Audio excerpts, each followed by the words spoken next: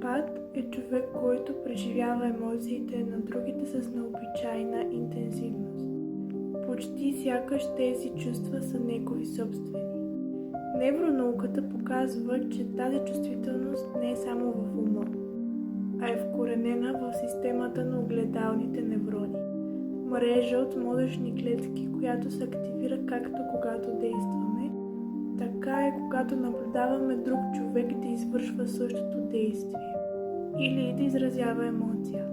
При емпатите изглежда тази система е свръхактивна, което води до засилено емоционално съчувствие.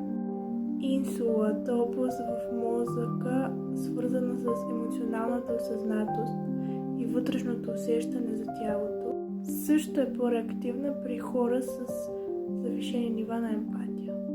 Тази повишена активност им позволява да лавят дори най-финните емоционални сигнали. Но същевременно с това означава, че лесно могат да бъдат претоварени в емоционално наситена среда. Детството често оформя тази чувствителност. Много емпати са израснали в домове, в които често им се е налагало да следят настроението на своите настойници. Например, да предвиждат изблик на гняв или да четат тихи сигнали на тъга.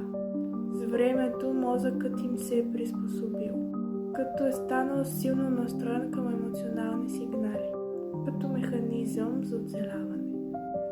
Възрастните емпати често са дълбоко състрадателни и разбиращи, но това може да ги направи уязвими към емоционално изтощение, тревожност или зависими взаимоотношения. Да бъдеш емпат е нож с две острия.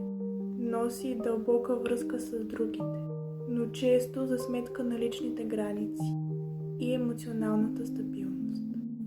Затова от съществено значение тази чувствителност да бъде регулирана чрез различни техники за заземяване, терапия или внимателен избор на социални контакти.